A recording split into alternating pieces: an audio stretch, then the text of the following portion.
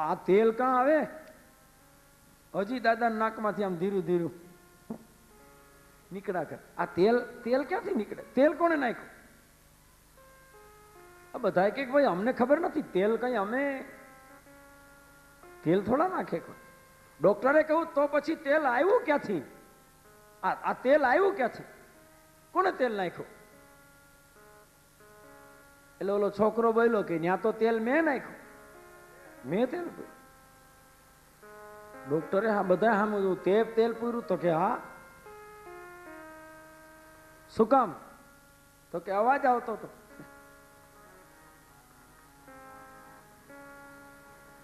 અવાજ આવે એટલે તેલ પુરાય? તો કે હા, મને દાદાએ જ શીખડાયું આજ સવારે કે અવાજ આવતો એટલે તેલ પૂરવું.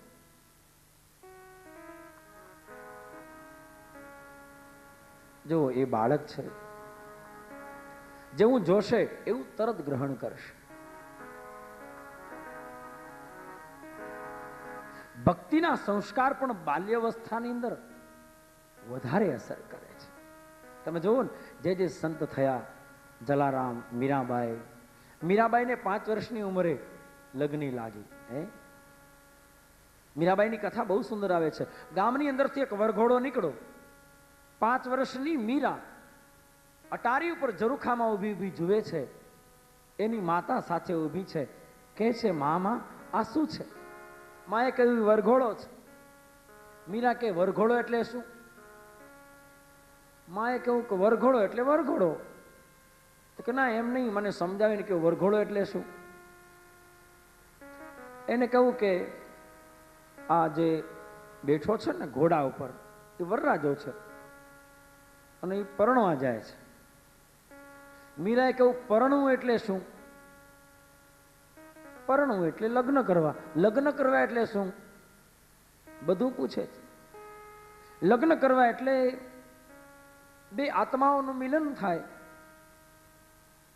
કન્યા અને વરરાજાના લગ્ન થાય અને એ પછી બંને હળીમળી પ્રેમથી, ત્યાગથી, સમર્પણથી સાથે રહે, સુખ દુઃખના દિવસો સાથે પસાર કરે અને એ આ રીતે એકબીજાની સાથે એ ભવસાગરને તરે. મીરાને બહુ આનંદ થયો. મીરાએ કહું, માં મારા લગ્ન કેદી થશે? મારે પરણવું છે. માએ કહ્યું તું હજી નાની છે. હઠ લીધી કે ના મારે પરણવું જ છે. અરે અત્યારે ન પરણાય? તો કે ના પરણવું જ છે. ગમે અને બાળ હઠ તો પ્રખ્યાત છે. મને પરણાવો તો જ ભલે, નહીતર નહીં. રડવા લાગી. બીજી વાત નહીં. હવે આનો રસ્તો શું કરો? ન ખાય ન પીવે ન કોઈનું માને, બસ પરણાવો તો જ ભલે, લગ્ન જ કરવા છે. માતાજીને કહે છે કે મારો વરરાજો બતાવો. શું કરવું? કંટાળેલા મીરાના માતાજીએ એ વખતે વિચાર કર્યો, હવે આને શું કહું? એ વખતે ભગવાન શ્રી કૃષ્ણની એક સુંદર મૂર્તિ હતી મંદિરમાં. ભગવાન આમ હાથ બંસી બજાવે છે, પગની આંટી વાળી છે, એવી સુંદર ભગવાનની ગિરધારીની મૂર્તિ છે. માએ કહ્યું કે તારે પરણવું છે ને, આ રહ્યો તારો વરરાજો, જા તું એની સાથે તને પરણાવી. જાથી એ તારો પતિ, તું એની પત્ની. જા. નાનકડી મીરા માના શબ્દો હૃદયમાં કોતરાઈ ગયા. મારો સ્વામી ગિરધારી છે, મારો પતિ શ્રી કૃષ્ણ છે. જૈન પાસે બેસી ગઈ. હે ગિરધારી, હે ગોવિંદ, હે કેશવ, આજથી તું મારો વર છે ને હું તારી પત્ની છું. અને જે લગ્ની બાલપણમાં લાગ્યા, એસી લાગી લગન मीरा हो गई मगन, इसी लागी लगन मीरा हो गई मगन. वो तो गली गली हरी गुन गाने लगी, इसी लागी लगन मीरा हो गई मगन. वो तो गली गली हरी गुन गाने लगी, इसी लागी लगन मीरा हो गई.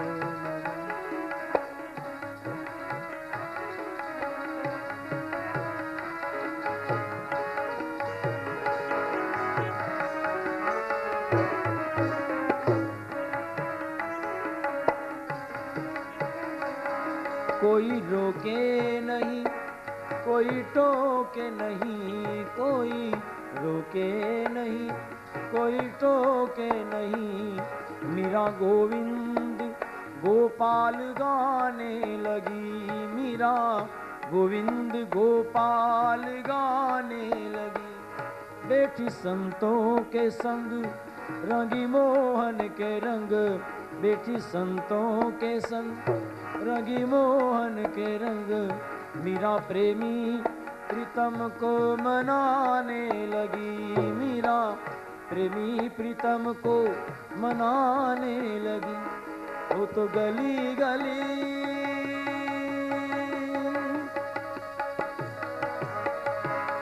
वो तो गली गली हरि गुण गाने लगी।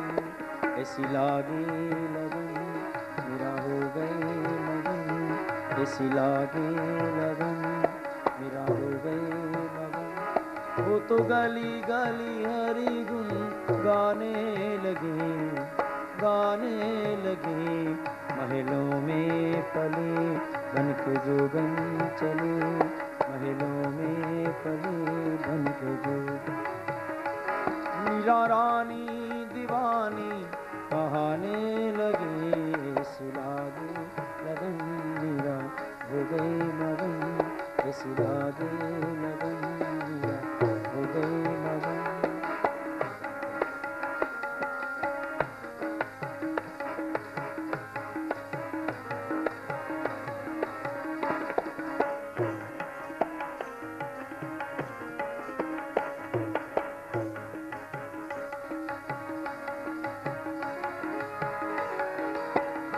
राणा ने विष दिया मानो अमृत पिया,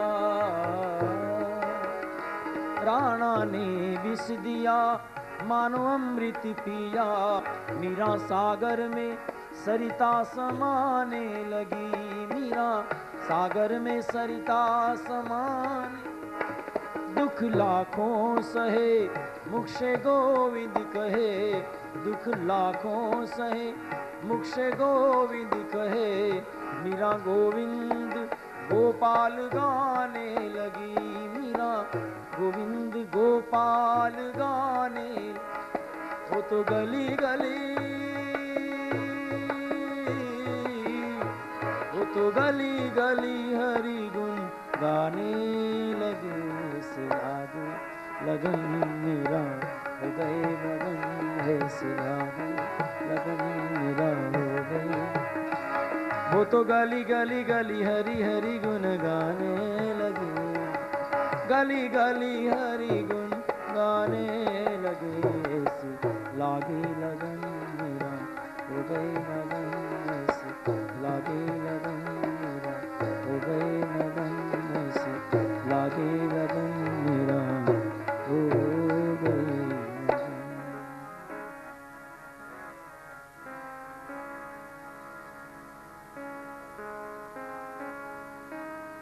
મીરાને ભક્તિ ક્યારે લાગી? 60 વર્ષે નથી લાગી. અને 60 વર્ષે ભક્તિ કરે ને એને ભગવાન મળે એવું તમે ક્યાંય નહીં સાંભળ્યું હોય. કારણ કે 60 વર્ષે તો પછી વૃદ્ધાવસ્થા એ તો કરમાયેલું ફૂલ છે ભાઈ. અને ભગવાનને ફૂલ તો ખીલેલા ચડે, કઈ ઉતરી કરમાઈ ગયેલા ફૂલ ન ચડે. એ તો પછી ઠીક છે પહેલેથી ચડેલા જો પડ્યા હોય તો બાજુમાં રહે, બાકી તો નહીતર.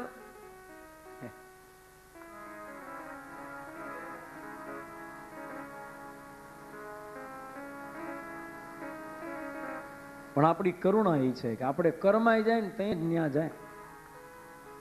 કારણ કે પછી તો લગભગ ઘરમાં ધક્કા ધક્કી હોય, કોઈને જરાય જરૂર ન હોય.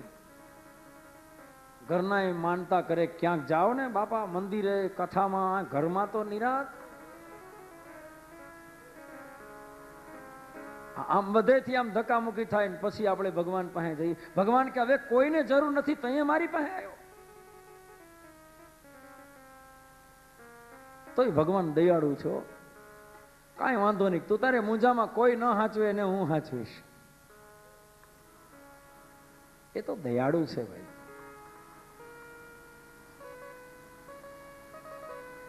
જે સંતોને ઈશ્વર મળ્યા છે એની કથાઓ તમે સાંભળો. બચપણથી ભક્તિના સંસ્કાર લાગ્યા છે. ધ્રુવજીને 5 વર્ષે ભગવાન મળ્યા, પ્રહલાદને 7 વર્ષે ભગવાનના દર્શન થયા છે.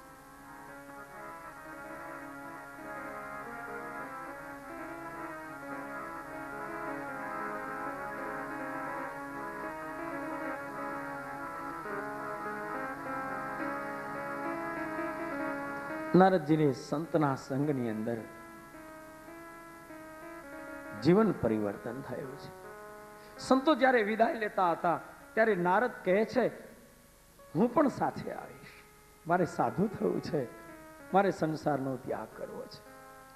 અરે સંતો કહે છે, આ બાળકનો ભાવ તો જુઓ, આ બાળકની લાગણી તો જુઓ. અરે બેટા તું હજી નાનો છે, તારી ઉંમર હજી બહુ નાની છે. મોટો થા પછી નારદજીએ કહ્યું કે મહારાજ મોટો થઈશ એની ખાતરી છે? આયુષ્ય કેટલું છે એની કેને ખબર છે? અને મન જ્યારે ભક્તિ કરવા આતુર થાય કે મન જ્યારે એ તરફ થોડું પણ વળે ને તો ભગવાનનું ભજન કે સત્કર્મ કરી લેવું, કારણ કે આ પાછું કંઈ ફરી જાય એનું નક્કી નથી.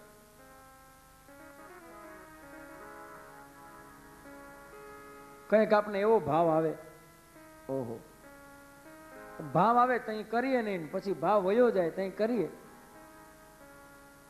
ભાવ આવે તે નક્કી કર્યો કે 100 રૂપિયા ભગવાનને ધરવા દઈ દઉં હમણાં, પણ પછી ભાવ ઉતરી જાય ને એમ કંઈક પછી 2 દી પછી મોકલાવીશ, પછી ધીરે ધીરે ઘટતું જાય કે હવે 50 દઈ તો નહીં હાલે. પછી વળી એમ થાય કે હવે ભગવાનને ક્યાં વાંધો છે, 25 રૂપિયા હાલે. આ મન છે ને ફરે છે.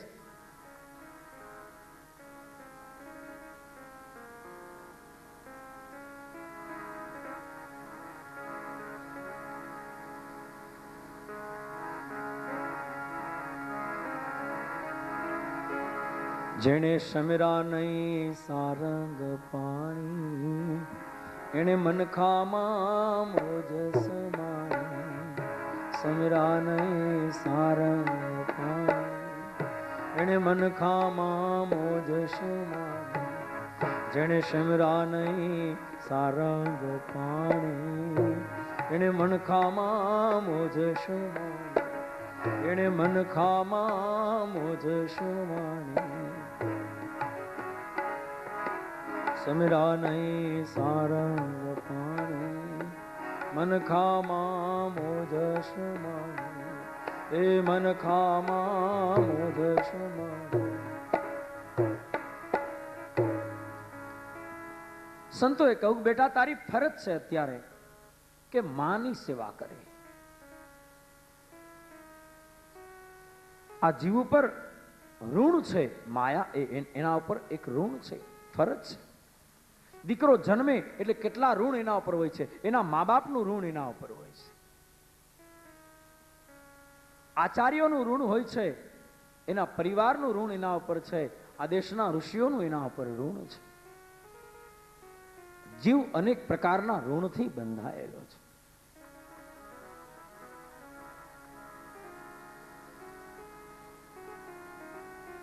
એ ઋણ ઉતારવું એ પણ એક ભક્તિનો જ પ્રકાર છે.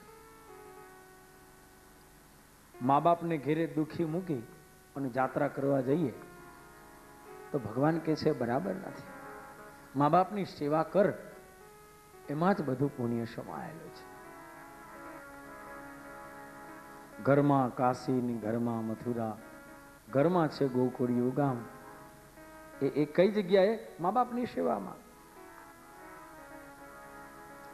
સંતોએ કહ્યું બેટા તું હજી નાનો છે, તું જરા મોટો થા. અને એ કરતા મહત્વની વાત એ છે કે હે પુત્ર, તારી ફરજ છે, તારે તારી માની સેવા કરવી જોઈએ.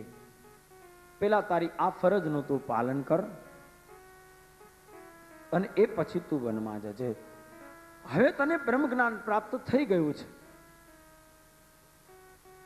ઈશ્વર ભજનનો માર્ગ તને મળી ગયો છે. હવે તારે અમારા આશ્રયની જરૂર નથી. અમારા આશ્રય વગર પણ તું હવે ભગવાનને મેળવી શકીશ. જા, જ્યારે સમય થાય ત્યારે વનમાં જજે. ભગવાન તારી પ્રતીક્ષા કરીને જ ઉભા છે.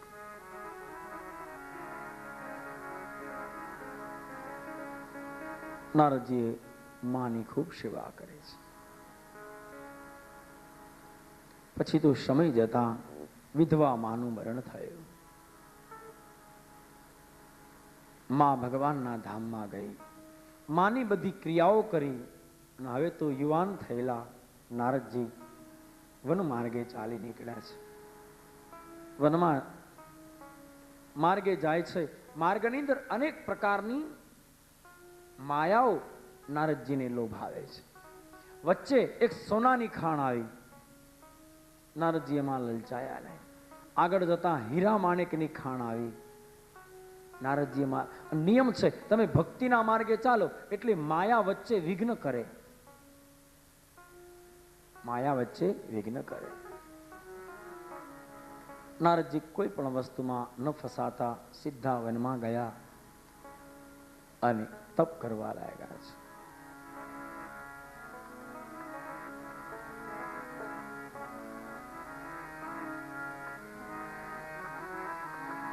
ભજ ગોવિંદ ગોવિંદ ગોપાલા. ભજ ગોવિંદ ગોવિંદ ગોપાલા. ભજ મુરલી મનોહર નંદલાલ. ભજ મુરલી મનોહર નંદલાલ. ભજ મુરલી મનોહર નંદલાલ. ભજ મુરલી મનોહર નંદલાલ. ભજ ગોવિંદ ગોવિંદ ગોપાલ. ભજ ગોવિંદ ગોવિંદ ગોપાલ. ભજ ગોવિંદ ગોવિંદ ગોપાલ. ગોવિંદ ગોવિંદ ગોપાલ. ભજ મુરલી મનોહર નંદલાલ. ભજ મુરલી મનોહર નંદલાલ. એ ભજ મુરલી મનોહર નંદલાલ. ભજ મુરલી મનોહર. એ ભજો ગોવિંદ ગોવિંદ ગોપાલ. ભજ ગોવિંદ ગોવિંદ ગોપાલ. ભજ ગોવિંદ ગોવિંદ ગોપાલ. ગોવિંદ ગોવિંદ ગોપાલ. ભજ મુરલી મનોહર નંદલાલ. ભજ મુરલી મનોહર નંદલાલ. ભજ મુરલી મનોહર નંદલાલ. ભજ મુરલી મનોહર નંદલાલ. ભજ ગોવિંદ ગોવિંદ ગોપાલ. ભજ ગોવિંદ બોલો ગોવિંદ ગોપાલ. ભજ ગોવિંદ ગોવિંદ ગોપાલ. ભજ ગોવિંદ ગોવિંદ ગોપાલ. એ ભજ મુરલી મનોહર નંદલાલ. ભજ મુરલી મનોહર નંદલાલ. રાધે શ્યામ રાધે શ્યામ રાધે શ્યામ રાધે શ્યામ. શ્યામ રાધે શ્યામ રાધે શ્યામ. હે રાધે શ્યામ રાધે શ્યામ. ભજ મુરલી મનોહર નંદલાલ. હે ભજ મુરલી મનોહર નંદલાલ. ભજ